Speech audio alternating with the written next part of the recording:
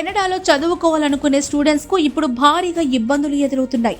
ఆ దేశం భారతీయ విద్యార్థులకు ఇచ్చే స్టడీ పర్మిట్లలో దాదాపు 31% కోత విధించినట్టు తెలుస్తోంది.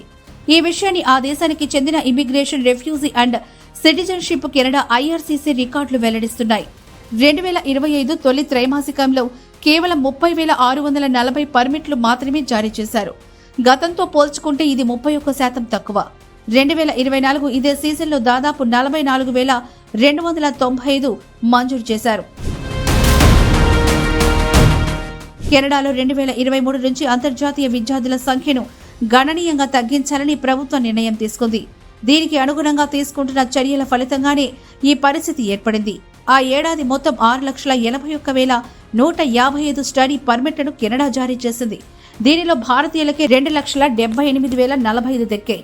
ఇక ఈ సంఖ్య 2024లో 5,16,275కి పడిపోయింది. వీటిలో ఇండియన్స్ కు 1,88,465 లభించాయి. భారీ స్థాయిలో వలసలు ఉండడంతో కెనడా ప్రభుత్వం విద్యార్థులకు పర్మిట్ల విషయంలో నియంత్రణ విధించాలని నిర్ణయించింది. ముఖ్యంగా ఆ దేశంలో ఇళ్ల లభ్యత గణనీయంగా తగ్గడం కూడా దీనికి ప్రధాన కారణంగా నిలిచింది. దీంతో పాటు రవాణా, ఆరోగ్య, ఇతర మౌలిక వసతులపై ఇది ప్రతికూల ప్రభావం చూపుతోందని ప్రభుత్వం భావించింది. తాజాగా ఈ అంశంపై ఆ దేశ ప్రధాని మార్క్ కార్నీ మాట్లాడుతూ 2028 నాటికి దేశ జనాభాలో విద్యార్థులు, విదేశీ పనివారి సంఖ్య 5%కి మించకుండా చూడాలని నిర్ణయించినట్టు తెలిపారు.